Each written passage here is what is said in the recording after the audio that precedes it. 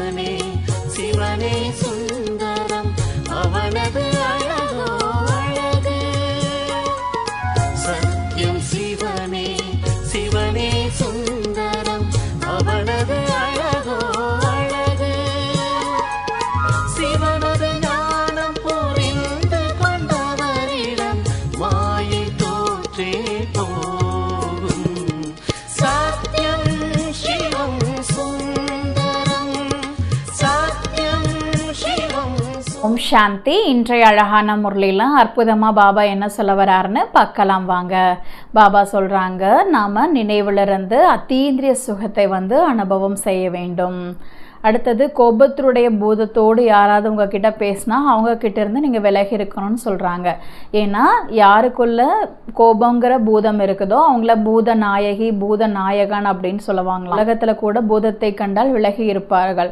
நம்ம அதுக்கிட்ட போயிட்டோம் அப்படின்னா அந்த பூதம் நமக்குள்ளேயும் பிரவேசமாகி ரெண்டு பூதமும் சண்டையிட ஆரம்பிக்கும். அதனால் பாபா சொல்கிறாங்க, கோபத்தோடு யாராவது உங்ககிட்ட பேசினாங்கன்னா நீங்கள் விலகி போயிருங்க கோபமுடையவர்களிடமிருந்து அப்படின்னு பாபா சொல்கிறாங்க. அடுத்து பாபாவை நாம் வாரிசாக ஆக்க வேண்டும். அப்பதான் பாபா நம்மளை வாரிசு குழந்தையாக ஆக்குவார். நாம் பாபாவை வாரிசாக ஆக்கும்போது நம்மிடம் இருக்கக்கூடிய அனைத்தையும் பாபா கிட்ட சமர்ப்பணம் செய்து பற்றுதலிலிருந்து விடுபட வேண்டும். அடுத்து பாபா சொல்றாங்க, சிலர் தன் மீது இரக்கம் கொள்வதில்லை, மற்றவர்கள் மீது இரக்கம் காமிக்கிறாங்க. ஸோ அதனால் அவங்க என்ன பண்றாங்கன்னா ஈஸியாக விகாரத்திலிருந்து விடுபட்டுறாங்க. ஆனால் நாம் நம்ம மேலே இரக்கம் கொள்வதில்லை அப்படிங்கும்போது நம்மளால அதில் வெற்றி அடைய முடியறதில்லை. இப்படிப்பட்ட அதிசயம் கூட நடக்குதுன்னு பாபா சொல்றாங்க. இது போல பல நல்ல விஷயங்களை இன்றைய முரளியில் பாபா சொல்லியிருக்காங்க. வாங்க இன்றைய முரளியை விரிவாக கேட்கலாம். அனைவருக்கும் இனிய பொங்கல் நல்வாழ்த்துக்கள். 14/1/2025 காலை முரளி பாப் தாதா மதுபன். தலைப்பு, இனிமையான குழந்தைகளே, உங்கள் பார்வை சரீரங்கள் மீது செல்லக்கூடாது. தன்னை ஆத்மா என புரிந்து கொள்ளுங்கள். சரீரங்களை பார்க்காதீர்கள். கேள்வி, ஒவ்வொரு பிராமண குழந்தையும் எந்த 2 விஷயங்கள் மீது கவனம் கொடுக்க வேண்டும்? 1 படிப்பின் மீது, 2 தெய்வீக குணங்களின் மீது. பல குழந்தைகளிடம் கோபத்தின் அம்சம் கூட இருப்பதில்லை. சிலரோ கோபத்தில் மிகவும் சண்டையிடுகின்றனர். நாம் தெய்வீக குணங்களை தாரணை செய்து தேவதையாக வேண்டும் என்று குழந்தைகள் சிந்திக்க வேண்டும். ஒருபோதும் கோபத்தில் பேசக்கூடாது. பாபா சொல்கிறார், எந்த குழந்தைக்குள்ளாவது கோபம் இருக்கிறது என்றால் அவர்கள் பூதநாதன் பூதநாயகி ஆவார்கள். இப்படிப்பட்ட பூதங்களிடம் பேசவும் கூடாது. பாடல், அதிர்ஷ்டத்தை எழுப்பி வந்தேன். ஓம் சாந்தி. குழந்தைகள், இந்த பாடலை கேட்டீர்கள். வேறு எந்த சத் சங்கங்களிலும் எப்போதும் இசைத்தட்டை அதாவது ரெக்கார்டை வைத்து புரிய வைப்பதில்லை. அங்கே சாஸ்திரத்தை சொல்கின்றனர். குருத்வாரத்தில் அதாவது சீக்கியர் கோவிலில் கிரந்தத்திலிருந்து 2 வசனங்களை எடுத்துக்கொள்கின்றனர். பின்னர் கதை சொல்பவர்கள் அமர்ந்து அதை விஸ்தாரிக்கின்றனர்.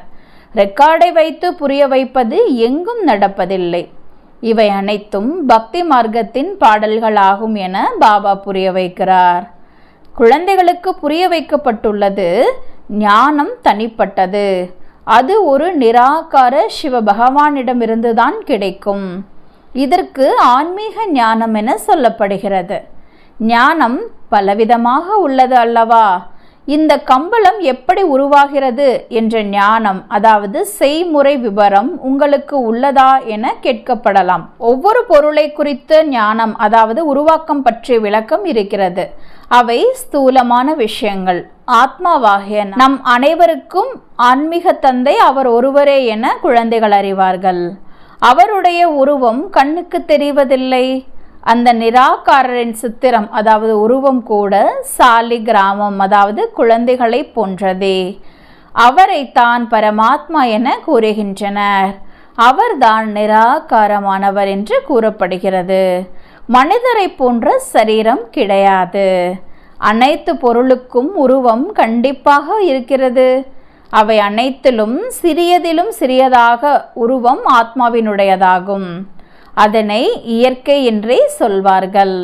ஆத்மா மிகவும் சிறியது. அதனை இந்த கண்களால் பார்க்க முடிவதில்லை. குழந்தைகளாகிய உங்களுக்கு திவ்ய திருஷ்டி கிடைக்கிறது. அதன் மூலம் அனைத்தும் காட்சியாக தெரிகிறது. எது கடந்த காலம் ஆகிவிட்டதோ அது திவ்ய திருஷ்டியின் மூலம் பார்க்கப்படுகிறது. முதல் நம்பரில் இவர் கடந்து சென்றவர் ஆகிவிட்டார், இப்போது மீண்டும் வந்துள்ளார் எனும் பொழுது அவருடைய காட்சியும் தெரிகிறது. மிகவும் சூக்ஷ்மமானது. பரம்பிதா பரமாத்மாவை தவிர ஆத்மாவின் ஞானம் வேறு யாரும் கொடுக்க முடியாது என்பது இதிலிருந்து புரிந்து கொள்ள முடியும். மனிதர்கள் ஆத்மாவை சரியாக தெரிந்து கொள்ளவில்லை. அதே போல பரமாத்மாவை கூட சரியாக தெரிந்து கொள்ள முடியாது. உலகில் மனிதர்களுடைய வழிகள் பல இருக்கின்றன. சில ஆத்மா பரமாத்மாவுடன் ஐக்கியமாகிவிட்டது என சொல்கின்றனர். சிலர் வேறு எதையோ சொல்கின்றனர். இப்போது குழந்தைகளாகிய நீங்கள் தெரிந்து கொண்டுள்ளீர்கள். அதுவும் வரிசை கிரமமான முயற்சிப்படி. அனைவர் புத்தியிலும் ஒன்று போல பதிய முடியாது. அடிக்கடி புத்தியில் பதிய வைக்கப்படுகிறது. நாம் ஆத்மாக்கள் 84 பிறவிகளின் நடிப்பை நடிக்க வேண்டும். தன்னை ஆத்மா என புரிந்து கொண்டு பரம்பிதா பரமாத்மாவாகிய என்னை எரிந்து கொண்டு நினைவு செய்யுங்கள் என இப்போது தந்தை சொல்கிறார். நான் இவருக்குள் பிரவேசமாகி குழந்தைகளாகிய உங்களுக்கு ஞானம் கொடுக்கிறேன் என்று தந்தை கூறுகிறார். குழந்தைகளாகிய நீங்கள் தன்னை ஆத்மா என புரிந்து கொள்வதில்லை. அதனால் உங்கள் பார்வை சரீரத்தின் மீது சென்று விடுகிறது. உண்மையில் உங்களுக்கு இவரிடம், அதாவது பிரம்மாவிடம் எந்த வேலையும் இல்லை. அனைவருக்கும் சத்கதி வழங்கும் வல்லல் அந்த சிவபாபா ஆவார். அவரது வழிப்படி நம் அனைவருக்கும் சுகம் கொடுக்கிறார். யார் தந்தையை முழுமையாக நினைவு செய்வதில்லையோ அவரிடமிருந்து அவகுணங்கள் நீங்குவதே இல்லை. தன்னை ஆத்மா என நிச்சயப்படுத்திக் கொள்வதில்லை. மனிதர்கள் ஆத்மாவையும் தெரிந்து கொள்வதில்லை, பரமாத்மாவையும் தெரிந்து கொள்வதில்லை. சர்வ வியாபி, அதாவது எங்கும் நிறைந்தவர் என்ற ஞானத்தை கூட பாரதவாசிகள் தான் பரப்பினார்கள். உங்களிலும் கூட சேவை செய்ய தகுந்த குழந்தைகள் புரிந்து கொள்கின்றனர். மற்ற அனைவரும் அவ்வளவாக புரிந்து கொள்வதில்லை. தந்தையின் முழுமையான அறிமுகம் இருந்தது என்றால் தந்தையை நினைவு செய்வார்கள். தனக்குள் தெய்வீக குணங்களை தாரணை செய்வார்கள். சிவபாபா குழந்தைகளாகிய உங்களுக்கு புரிய வைக்கிறார். இவை புதிய விஷயங்களாகும். பிராமணர்கள் கூட கண்டிப்பாக தேவை. பிரஜாபிதா பிரம்மாவின் குழந்தைகள் எப்போது ஆகிறார்கள் என்பது உலகில் யாருக்கும் தெரியாது. அளவற்ற பிராமணர்கள் இருக்கின்றனர். ஆனால் அவர்கள் வயிற்றின் வழி வம்சாவளியினர் ஆவார். அவர்கள் பிரம்மாவின் வாய் வம்சாவளி குழந்தைகள் அல்ல. பிரம்மாவின் குழந்தைகளுக்கு ஈஸ்வரனாகிய தந்தையிடமிருந்து ஆஸ்தி கிடைக்கிறது. இப்போது உங்களுக்கு ஆஸ்தி கிடைத்து கொண்டிருக்கிறது அல்லவா? பிராமணர்களாகிய நீங்கள் வேறு, அவர்கள் வேறு. பிராமணர்களாகிய நீங்கள் இருப்பதே சங்கம யுகத்தில், அவர்கள் இருப்பது துவாபர் கலியுகங்களில். இந்த சங்கமயுக பிராமணர்கள் வேறு. பிரஜாபிதா பிரம்மாவின் அளவற்ற குழந்தைகள். எல்லைக்குட்பட்ட தந்தையை கூட பிரம்மா என்று சொல்வோம், ஏனெனில் குழந்தைகளை பெறுகிறார்கள். ஆனால் அது ஸ்தூல விஷயமாகும். இந்த தந்தை சொல்கிறார், அனைத்து ஆத்துமாக்களும் எனது குழந்தைகள் ஆவார். நீங்கள் இனிமையிலும் இனிமையான ஆன்மீக குழந்தைகள். இது யாருக்கு வேண்டுமானாலும் புரிய வைப்பது எளிதாகும். சிவ் பாபாவிற்கு தனது சரீரம் கிடையாது. சிவஜெயந்தி கொண்டாடுகின்றனர், ஆனால் அவரது சரீரத்தை பார்க்க முடிவதில்லை. மற்ற அனைவருக்கும் சரீரம் இருக்கிறது. பரமாத்மாவிற்கு தமது சரீரம் கிடையாது. ஆகவே அவர் பரம ஆத்மா என சொல்லப்படுகிறார். அவருடைய ஆத்மாவுக்கு தான் சிவன் என்று பெயர் உள்ளது. அது ஒருபோதும் மாறுவதில்லை. சரீரம் மாறும்போது பெயரும் மாறிவிடுகின்றன. சிவபாபா சொல்கிறார், நான் எப்போதும் நிராகார பரமாத்மாவாக இருக்கிறேன். நாடகத்தின் திட்டப்படி இந்த சரீரம் எடுக்கிறேன். சந்நியாசிகளின் பெயர் கூட மாறியபடி இருக்கும். குருவினுடையவர் ஆகும்போது பெயர் மாறுகிறது. உங்களின் பெயரும் கூட மாறியது. ஆனால் எதுவரை பெயர் மாறிக்கொண்டே இருக்கும்?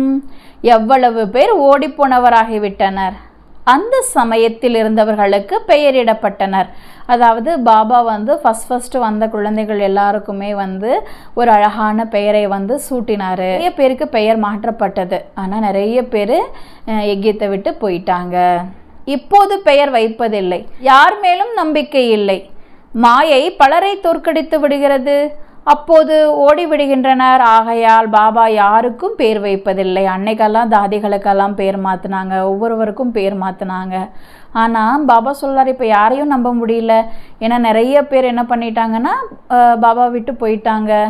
அதனால் பாபா இப்போ யாருக்கும் பெயரை மாற்றுவதில்லை அப்படின்னு சொல்கிறாரு.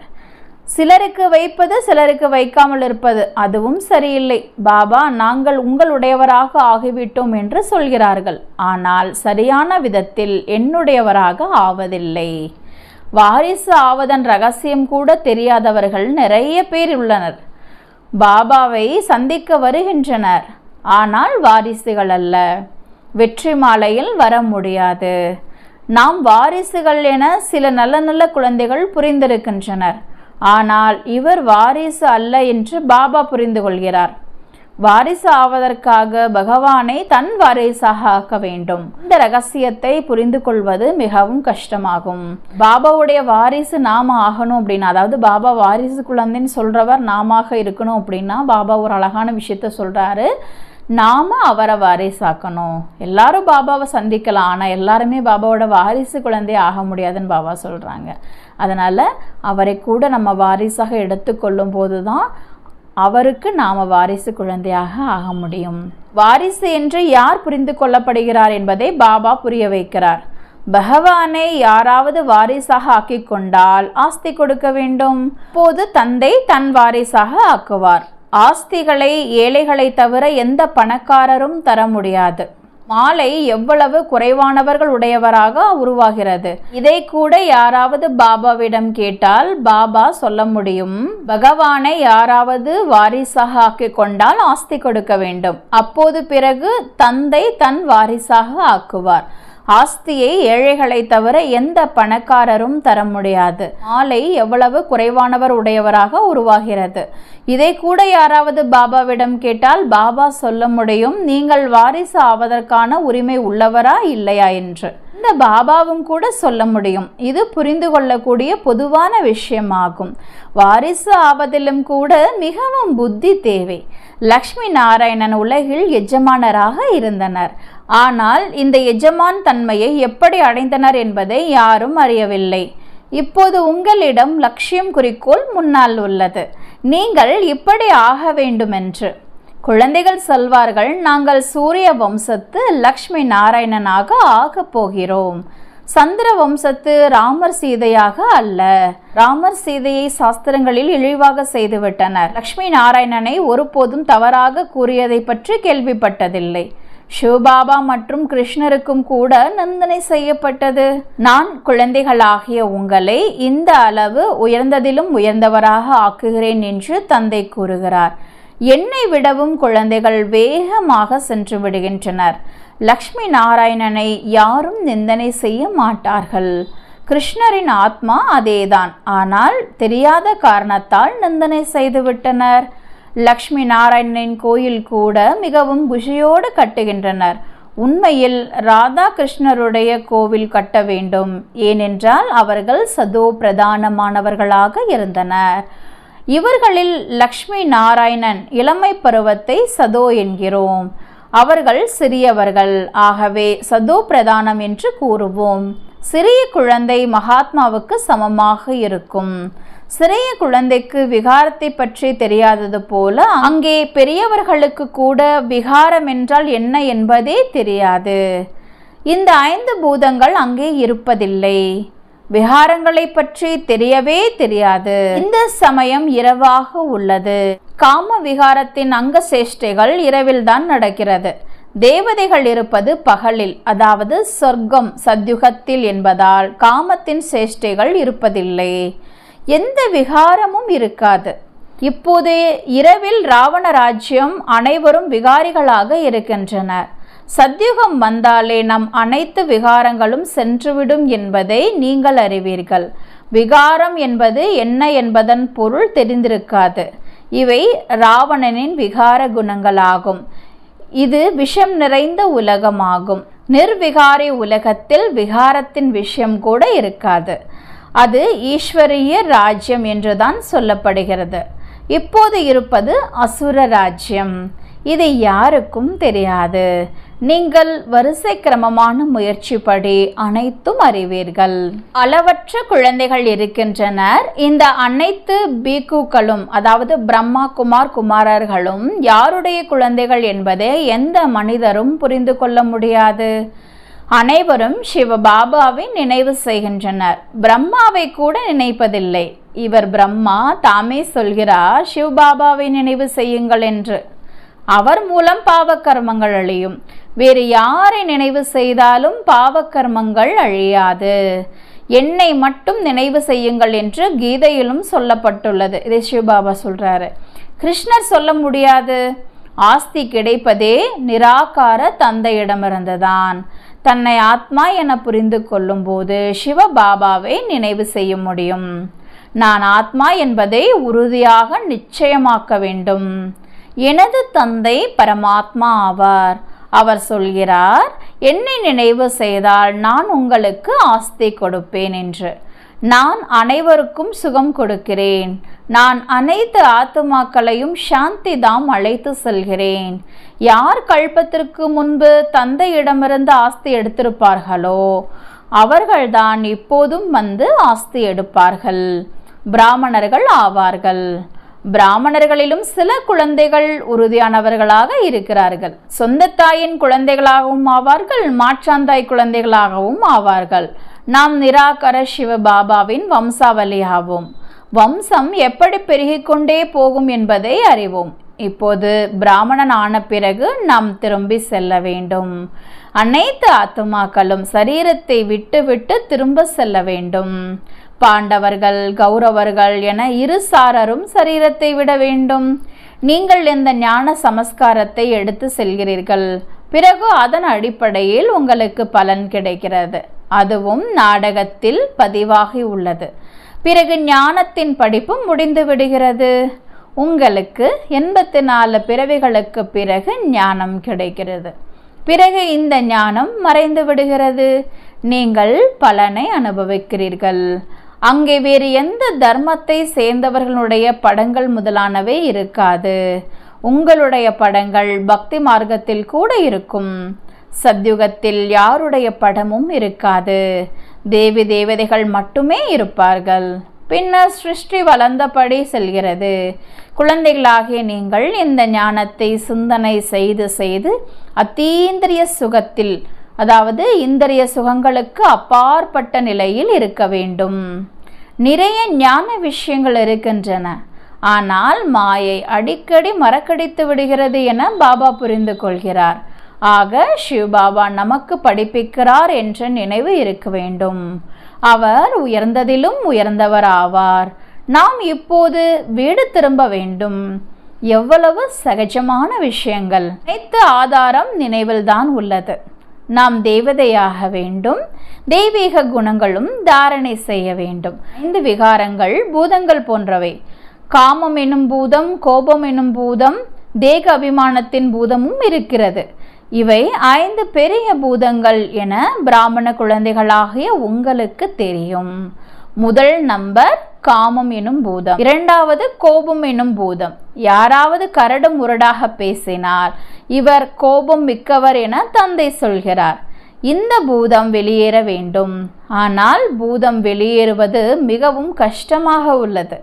கோபம் ஒருவர் மற்றவருக்கு துக்கம் கொடுக்கிறது. பற்றுதலில் பலருக்கு துக்கம் ஏற்படுகிறது. யாருக்கு பற்று இருக்கிறதோ அவர்களுக்குத்தான் துக்கம் ஏற்படும். ஆகையால் இந்த பூதங்களை விரட்டுங்கள் என்று பாபா புரிய வைக்கிறார். ஒவ்வொரு குழந்தையும் விசேஷமாக படிப்பு மற்றும் தெய்வீக குணங்கள் மீது கவனம் கொடுக்க வேண்டும்.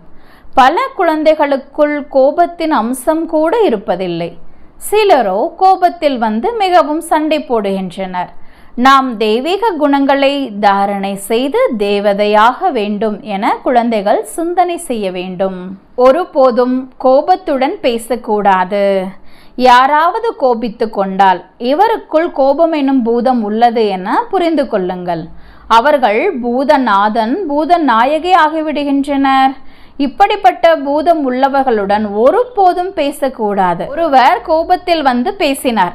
பிறகு மற்றவருக்குள்ளும் கூட பூதம் வந்துவிட்டால் பூதங்கள் தங்களுக்குள் சண்டையிட்டுக் கொள்ளும். பூதநாயகி என்னும் வார்த்தை மிகவும் அசிங்கமாக உள்ளது. பூதத்தின் பிரவேசம் ஆகிவிடக்கூடாது. ஆகையால் மனிதர்கள் ஒதுங்கிக் கொள்கின்றனர். பூதத்திற்கு முன்பாக நிற்கவும் கூடாது. இல்லாவிட்டால் பிரவேசமாகிவிடும். தந்தை வந்து அசுர குணங்களை நீக்கி தெய்வீக குணங்களை தாரணை செய்விக்கிறார். தெய்வீக குணங்களை தாரணை செய்வித்து தேவதையாக ஆக்குவதற்காக நான் வந்துள்ளேன் என தந்தை சொல்கிறார். நாம் தெய்வீக குணங்களை தாரணை செய்து கொண்டிருக்கிறோம் என்பதை குழந்தைகள் அறிவார்கள். தேவதைகளின் படங்கள் முன்னால் உள்ளன. கோபம் கொள்பவர்களிடமிருந்து ஒரே அடியாக ஒதுங்கி விடுங்கள் என்று பாபா புரிய வைக்கிறார். தம்மை பாதுகாத்து கொள்வதற்கான யுக்தி தேவை. நமக்குள் கோபம் வந்துவிடக் கூடாது. இல்லாவிட்டால் 100 மடங்கு பாவம் ஏற்பட்டுவிடும். எவ்வளவு நல்ல அறிவை தந்தை குழந்தைகளுக்கு கொடுக்கிறார். பாபா துல்லியமாக கல்பத்திற்கு முன்பு புரிய வைத்ததை போல இப்போதும் புரிய வைக்கிறார் என குழந்தைகள் புரிந்து கொள்கின்றனர். வரிசை கிரமமான முயற்சிப்படி புரிந்து கொண்டபடிதான் இருப்பார்கள். தம் மீது கூட இரக்கம் காட்ட வேண்டும், மற்றவர் மீதும் இரக்கம் கொள்ள வேண்டும். சிலர் தம் மீது இரக்கம் கொள்வதில்லை. மற்றவர்கள் மீது இரக்கம் கொள்ளும் போது அவர்கள் முன்னேறி விடுகின்றனர், தாம் நின்று விடுகின்றனர். தாம் விகாரங்களின் மீது வெற்றி கொள்வதில்லை. இதற்கு புரிய வைக்கின்றனர். அவர்கள் வெற்றியடைந்து விடுகின்றனர். இப்படிப்பட்ட அதிசயமும் நடக்கிறது. நல்லது. இனிமையிலும் இனிமையான காணாமல் போய் கண்டெடுக்கப்பட்ட செல்ல குழந்தைகளுக்கு தாயும் தந்தையும் ஆகிய பாப்தாதாவின் அன்பு நினைவுகள் மற்றும் காலை வணக்கம். ஆன்மீக குழந்தைகளுக்கு ஆன்மீக தாய் தந்தையின் நமஸ்காரம். ஆன்மீக தாய் தந்தைக்கு ஆன்மீக குழந்தைகளினுடைய நமஸ்தே நமஸ்தே நமஸ்தே.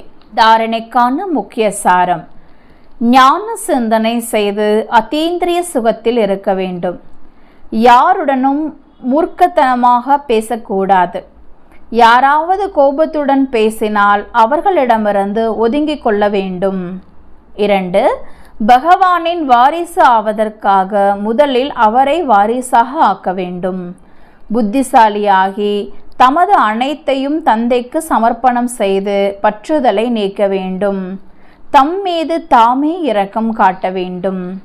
வரதானம்: சாட்சி பார்வையாளராக ஆகி உயர்ந்த நிலை மூலமாக அனைத்து ஆத்மாக்களுக்கும் சக்தி கொடுக்கக்கூடிய தந்தைக்கு சமமான அவ்யக்த ஃபரிஸ்தா ஆவீர்களாக. நடந்தாலும் சென்றாலும் எப்போதும் தன்னை நிராகாரி ஆத்மா மற்றும் செயல்கள் செய்யும் போது அவ்யக்த ஃபரிஸ்தா என்று உணர்ந்திருந்தீர்கள் என்றால் எப்பொழுதும் குஷியில் மேலே பறந்து கொண்டே இருப்பீர்கள். பரிஸ்தா என்றால் உயர்ந்த நிலையில் இருப்பவர். இந்த தேகத்தின் உலகத்தில் எது வேண்டுமானாலும் கடந்து சென்று கொண்டிருக்கட்டும். ஆனால் சாட்சி பார்வையாளராக ஆகி அனைத்து பாகங்களையும் பார்த்து கொண்டே இருங்கள் மற்றும் சக்தி கொடுத்து கொண்டே இருங்கள். இருக்கையிலிருந்து இறங்கி சக்தி கொடுக்கப்படுவதில்லை. உயர்ந்த நிலையிலிருந்து விருத்தி, உள் உணர்வு, திருஷ்டி, பார்வை மூலமாக சகயோகத்தின் சகாஷ் அதாவது சக்தி கொடுங்கள். மிக்ஸ் அதாவது கலப்படமாக இருந்து அல்ல. அப்போது எந்த ஒரு விதமான வாயுமண்டலத்திலிருந்தும் சேஃபாக அதாவது பாதுகாப்பாக இருந்து அவ்யக்த ஃபரிஸ்தா பவ என்ற வரதானம் உடையவராக இருப்பீர்கள். ஸ்லோகன்: நினைவின் பலம் மூலமாக துக்கத்தை சுகமாகவும் அசாந்தியை சாந்தியாகவும் பரிவர்த்தனை செய்யுங்கள். தங்களது சக்திசாலியான மனதின் மூலமாக சகாஸ் கொடுக்கும் சேவை செய்யுங்கள். தங்களது சுப பாவனை, சிறந்த விருப்பம், சிறந்த உள் உணர்வு, சிறந்த அதிர்வலைகள் மூலமாக எந்த ஒரு இடத்தில் இருந்தாலும் மனதின் மூலமாக உங்களால் அநேக ஆத்மாக்களுக்கு சேவை செய்ய முடியும். இதற்கான விதியாவது லைட்டோஸ் மைட்டோஸ் ஆகிவிடுவது. இதில் ஸ்தூல சாதனங்கள் வாய்ப்பு அல்லது நேரத்தின் பிரச்சனை இல்லை. லைட் மைட் அதாவது ஒளி மற்றும் சக்தியில் நிறைந்திருப்பதற்கான அவசியம் மட்டுமே உள்ளது. ஓம் சாந்தி.